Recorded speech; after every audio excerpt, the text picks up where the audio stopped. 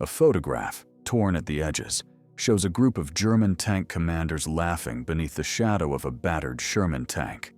The date scribbled on the back, July 1943. The caption, barely legible, "American toys, no match for real steel." Nearby, a broken radio intercept crackles with static, fragments of a mocking German broadcast sneering at the slow, under-armored monsters rolling onto the Eastern Front. How was it possible that these toys could soon become the nightmare that crushed Germany's finest at Kursk? What was hidden beneath the derision of these seasoned warriors, and why did their confidence blind them to the coming storm? Behind the laughter lay a complex web of underestimation and arrogance. German panzer divisions, forged in early blitzkrieg triumphs, regarded American tank formations as inexperienced and ill-equipped. Intelligence reports from the summer of 1942 reveal a pattern. German officers dismissed the Sherman's 75mm gun as ineffective against Panther and Tiger armor, branding it a tin can. A faded map of the Eastern Front from a German staff officer's desk shows the projected routes of American aid, the Lend-Lease shipments arriving through Murmansk and Vladivostok. This aid was a thorn in the German side, invisible yet potent. Why did the German High Command fail to grasp the strategic weight of these supplies? Was it mere hubris or a deeper misreading of Allied industrial might? The Sherman tank itself was an enigma to the Germans, weighing roughly 30 tons, powered by a reliable radial engine, and armed with a 75mm M3 gun. It was designed for speed and mechanical ease, rather than heavy armor. Blueprints from American arsenals depict a vehicle prioritizing production efficiency and crew survivability over raw firepower. But to the German eyes, trained on the heavier Tigers and Panthers with their thick sloped armor and 88mm guns, the Sherman seemed fragile, easily penetrated, vulnerable to ambush. Yet these blueprints hide a crucial fact: the Shermans were numerous, fast, and adaptable, capable of rapid repair and relentless advancement. How could such an apparently inferior machine rewrite the rules of armored warfare on the largest tank battle in history? The first clash that shattered German scorn came abruptly. On July 12, 1943, the 4th Panzer Army encountered a formation of the U.S. 1st Armored Division, newly arrived in the Soviet sector near Kursk. German reports describe lumbering beasts that could not be stopped by standard anti-tank weapons. Yet, contrary to expectations, the Shermans maneuvered with surprising agility, their crews exploiting speed and coordination rather than brute force. An intercepted Soviet radio message, preserved in encrypted archives, hints at confusion. American tanks outflank and outpace German units on the southern flank. How did the Germans fail to anticipate the Shermans' tactical flexibility? Were their doctrinal assumptions fatally outdated? In response, German commanders scrambled to adapt. Orders circulated in July 1943 emphasized new ambush tactics, focusing on combined arms, infantry, artillery, and tanks working in unison to neutralize the Shermans' mobility. Field manuals were updated with references to American armored tactics, warning crews to avoid head-on engagements and exploit terrain. Meanwhile, engineers rushed to modify existing Panzer IV with long-barreled 75mm guns and upgraded optics. A recently uncovered training film shows German tank crews practicing against Sherman silhouettes, their instructors emphasizing patience and precision. Yet, these countermeasures came too late and too piecemeal. Why did German tactical evolution lag so far behind the battlefield reality? Was it a failure of communication, or something more systemic within the Wehrmacht's command structure?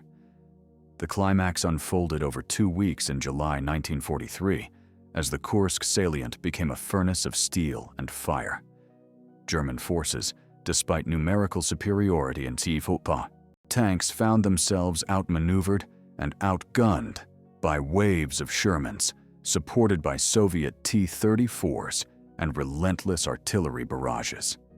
A detailed battle map, annotated by a Soviet intelligence officer, shows the collapse of German flanks under coordinated armored thrusts. Supply lines faltered.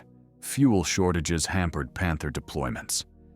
Radio logs reveal frantic German requests for reinforcements and air support that never arrived. The laughing tanks became a crushing force, their relentless advance a testament to Allied industry and tactical innovation. How did this battlefield reversal reshape German perceptions of Allied armor? Did it mark the beginning of a strategic awakening or the final illusion of invincibility? Each episode is a document I pull from the dust of the archives. Share your own stories.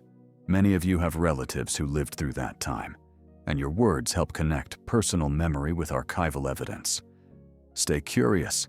Subscribe so you don't miss the next episode tomorrow. The aftermath of Kursk left behind more than shattered tanks and scorched earth. It exposed the raw nerves of the German armored divisions. A secret memorandum from a Panzer Regiment commander, dated late July 1943, reveals a stark admission. The Sherman tanks, once dismissed as crude and inferior, have proven to be relentless and efficient killers. Their numbers overwhelm us. Our tactics, once invincible, are now obsolete. Nearby, a grainy photograph shows a captured Sherman turret, its interior stripped, but still ominously intact. This tangible relic contradicts the earlier mockery.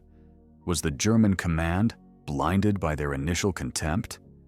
How did such entrenched prejudice cloud the judgment of commanders who prided themselves on battlefield acumen? The Lend-Lease program's impact became impossible to ignore.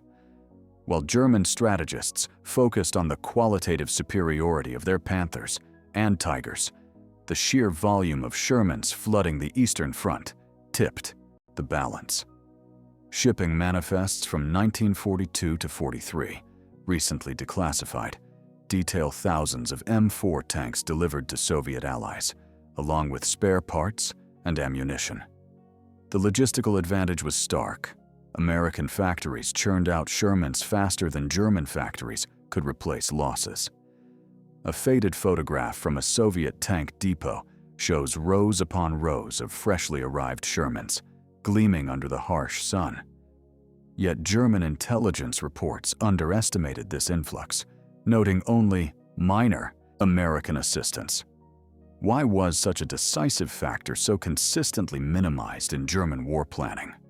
Was it denial, wishful thinking, or a failure of intelligence networks? Within German ranks, the psychological blow was profound. Memoirs from a staff officer describe a pervasive mood of disbelief and frustration. How could the inferior Shermans not only survive, but dominate? Tank crews began to whisper about the death traps they faced, their confidence shaken by the Shermans' unexpected durability and maneuverability. In one poignant diary entry, a junior officer laments the iron monster that neither brakes nor tires. The German propaganda machine stumbled, struggling to maintain the narrative of technological superiority. A propaganda poster, half ripped and discarded near the front lines, ironically depicts a Sherman under a mocking caption, "Enemy's toy, our doom." What cracks did this cognitive dissonance create within German morale? Did it foreshadow the unraveling of armored doctrine that had once defined the Wehrmacht? Meanwhile, American tank crews learned bitter lessons of their own. Reports from the 1st Armored Division's after-action reviews detail vulnerabilities. The Sherman's thin armor was a death trap against the German 88mm guns, and mechanical failures in harsh terrain were common.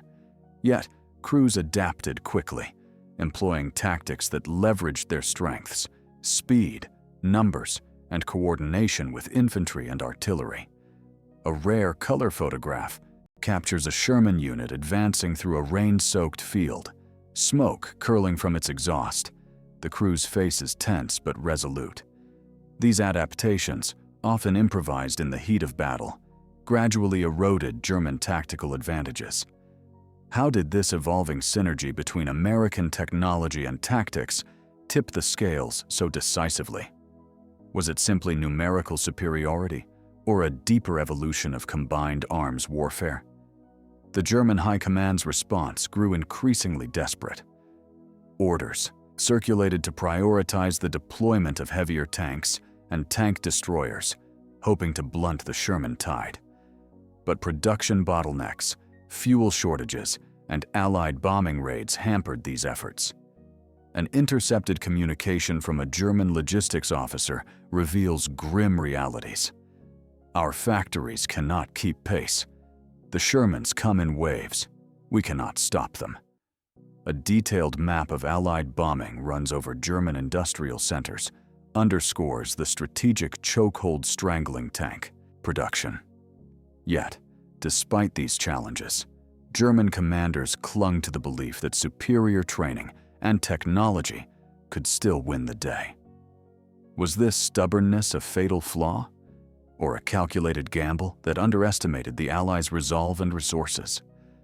As the summer of 1943 wore on, the battlefields around Kursk became a crucible of armored warfare's future.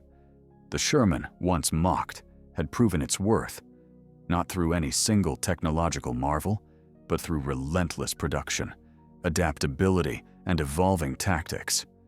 German tank divisions, forced onto the defensive, faced a grim reality. Their era of dominance was ending. A weathered battlefield map, annotated in the margins by a German general, shows retreat lines and broken supply routes converging under the advancing Allied armor. The laughter that had greeted the Sherman's arrival was now silenced by the grinding reality of war. What lessons were truly learned amidst this brutal clash of steel? And how did these revelations shape the armored battles yet to come? By August 1943, the German armored divisions were a shadow of their former selves, not just in numbers, but in spirit. A confidential report from a Panzer Corps commander, smuggled out of the Eastern Front, paints a grim picture. Our tanks lie abandoned. Crews are exhausted. The Sherman continues its inexorable advance.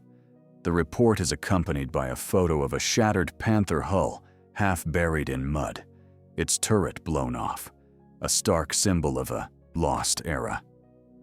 Yet, buried beneath these losses was a deeper strategic failure: the inability to integrate lessons from Kursk into a coherent, adaptive doctrine. Why did the Wehrmacht's armored command fail to reinvent itself when faced with such a clear and present threat? Was it institutional inertia or a fatal overconfidence in their own legacy? Meanwhile, Soviet-American cooperation intensified. Intelligence exchanges and joint operations began to refine the use of Sherman tanks in combined offensives. A clandestine Soviet memo praises the Sherman's reliability and ease of repair, noting how American logistics ensured a steady flow of replacements and upgrades. A striking image from a Soviet workshop shows mechanics fitting a Sherman with a captured German 75mm gun, an improvised hybrid weapon born of battlefield necessity. This improvisation blurred lines between technology and tactics, creating a versatile platform that confounded German expectations. How crucial was this adaptability in turning the tide? Did the Germans underestimate not only the Sherman's hardware, but the ingenuity of its crews and allies? German attempts to counter the Sherman threat increasingly relied on ambushes and minefields, desperate measures that yielded mixed results. Field reports describe nighttime attacks by Jagdpanthers and Tiger IIs, aiming to exploit the Sherman's weaker armor. A chilling radio transcript reveals a tank commander's final transmission. The enemy tanks come in waves. Our guns cannot stop them. Yet, despite these localized successes, the broader operational picture deteriorated. Allied air superiority and artillery support further hampered German tank movements, turning once fertile battlefields into kill zones. A dust-covered map, annotated with red crosses, shows the attrition zones where German armor was systematically destroyed. Why did these tactical adaptations fail to stem the Sherman tide? Was it a question of scale, or an inherent flaw in German armored warfare philosophy? The psychological impact on German tank crews grew acute. Letters home from soldiers reveal a growing despair. No longer the invincible warriors of Blitzkrieg, but hunted men fighting machines they once mocked. A faded postcard, found in a veteran's belongings, shows a sketch of a Sherman tank with the words scrawled beneath, "The iron ghost that never tires." This shift in morale contrasted sharply with the rising confidence among Allied armored units, who celebrated each victory as proof of industrial and tactical ascendancy. How did this reversal in morale shape subsequent engagements on the Eastern Front? Could broken spirits be rebuilt, or was this the beginning of a terminal unraveling? Behind the scenes, German engineers pushed for radical tank redesigns. The development of the Panther II and the E-Series promised breakthroughs in firepower and armor. However, these projects remained on paper or in prototype stages, delayed by resource shortages and Allied bombing. A blueprint, smudged and annotated, shows a Panther II with thicker armor and a more powerful gun, but the caption mournfully notes, "Production impossible before 1944." Meanwhile, the Sherman continued to evolve, with improved armor variants and the introduction of the 76mm gun.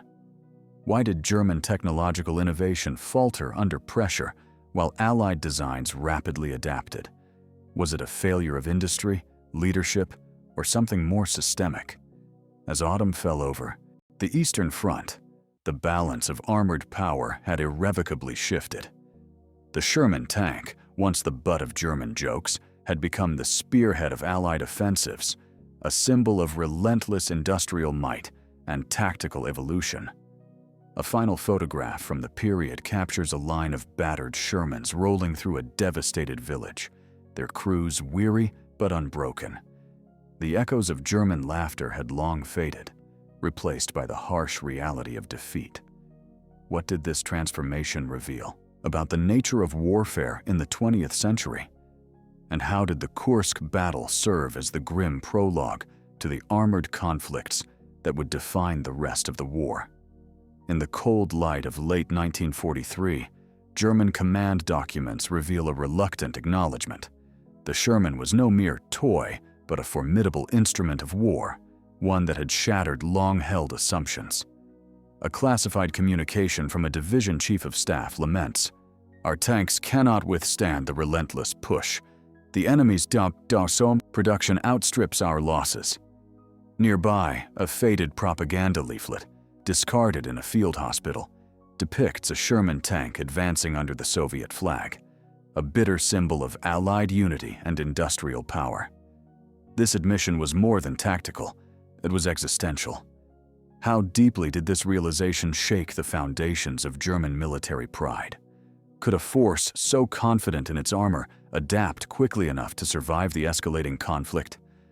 The Sherman's triumph at Kursk was not merely a story of metal and firepower. It was a testament to the industrial might and strategic foresight of the Allies. While German divisions clung to outdated doctrines and fragmented innovations, the Americans and Soviets synchronized production, repair, and battlefield tactics into a seamless war machine. Surviving crew interviews emphasize the Sherman's reliability under fire and the critical role of supply lines that kept them moving.